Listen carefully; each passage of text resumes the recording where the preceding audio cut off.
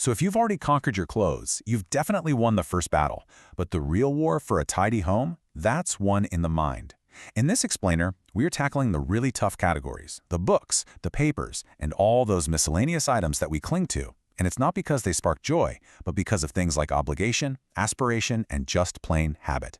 This, my friends, is the real test. Okay, let's just dive right in. I want you to think about your own space for a second. Have you ever noticed that the things you think are the most useful, the books you're definitely going to read, the papers you might need someday, are the very things creating the most chaos? It's a huge paradox, and we're going to untangle it today. So here's our game plan for today. We're going to start with what makes this the real tidying test. Then we'll dive into your library of someday. And after that, we'll tackle those piles of paper, which are really just delayed decisions. From there, it's on to kimono, that just because clutter. And finally, we'll talk about sentimental items and how to find that amazing click point where everything just feels right. This is it. This is the moment that really separates casual tidying from a true, life-changing transformation. This is where we stop making excuses for our clutter and start getting radically honest with ourselves about what we truly need and what we truly love. This slide just nails it, doesn't it? It's that internal tug-of-war we all have. On one side, you've got that nagging little voice of rationalization, hitting you with all the what-ifs and I shoulds. And on the other, there's that quieter, but much more powerful voice of honesty. The real secret to this whole thing is just learning which voice to listen to. All right, our first big challenge, the bookshelf. But listen, this isn't just about books. Not really. It's about confronting our aspirational self. The person we imagine we're going to be someday, who's read every classic and has mastered every single skill. Unread books are the ultimate someday trap. We keep them around to soothe our conscience, right? Promising ourselves we'll get to them, eventually. Marie Kondo tells this amazing story about how she once painstakingly tore out pages from books to file them, only to realize 2 years later she hadn't looked at the file even once. The effort wasn't about learning. It was just a ritual to ease the guilt of letting go. And this quote right here, it gets to the very heart of why we hoard information. The real value was never in the seminar notes or that business book. It was in the experience of learning and actually applying that knowledge. Keeping materials to restudy them sometime is a total trap. Come on, let's be honest with ourselves. Sometime almost always means never. All right. Deep breaths, everyone. It's time to face the bane of pretty much every household, paper. But I want to give you a new way to think about it. Paper clutter isn't just paper. It's a physical pile of unmade decisions and postponed tasks. It's time to confront the pile. Okay, I know that sounds extreme, but it's a necessary shock to the system. This principle forces you to break that default habit of keeping every single piece of paper that comes into your house. And it works because it completely flips the question.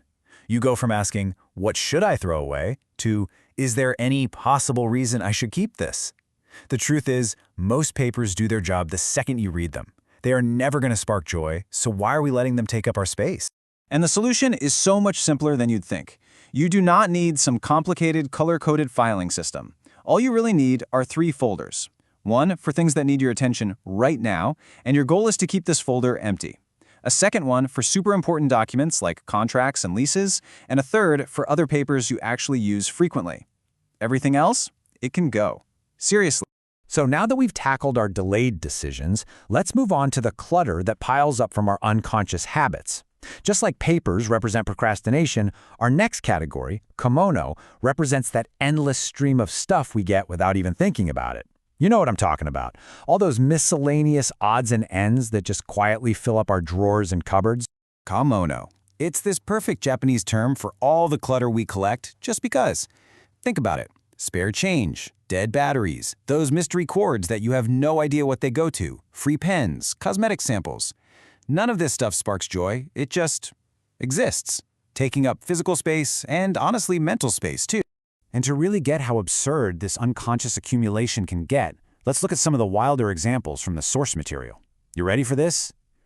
The record for the most toothbrushes found in one client's home? 60. Yes, you heard me. 60 toothbrushes. Think that's a lot? What about toilet paper? The record stockpile is 80 rolls. And the client's reason? I have loose bowels. Well, okay, but even so, that's a supply for at least 3 months. But the grand prize, the undisputed champion of stockpiling, has to go to cotton swabs. One client had 100 boxes. That's a total of 20,000 swabs. That is a 55-year supply. Just let that sink in for a second. 55 years.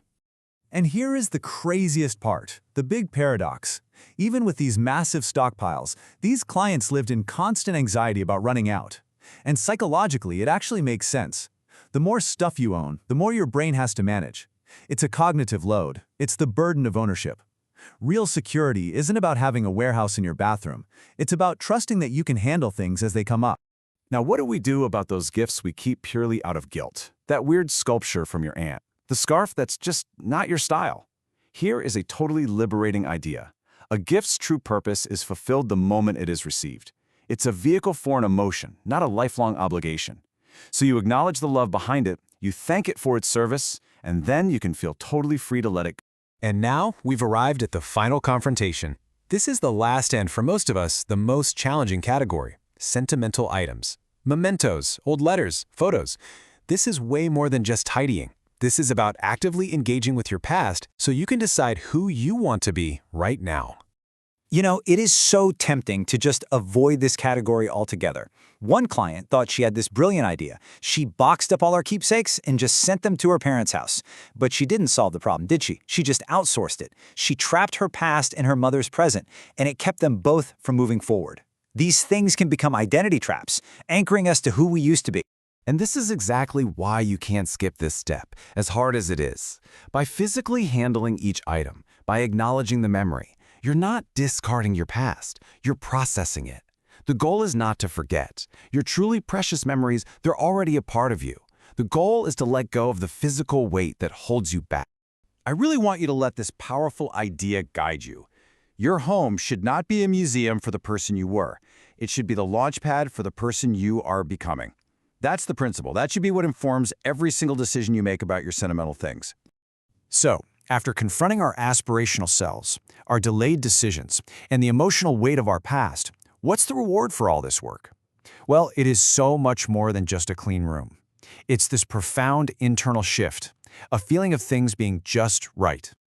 This is what's known as the just right click point. As you keep going and you keep discarding, you'll suddenly feel it.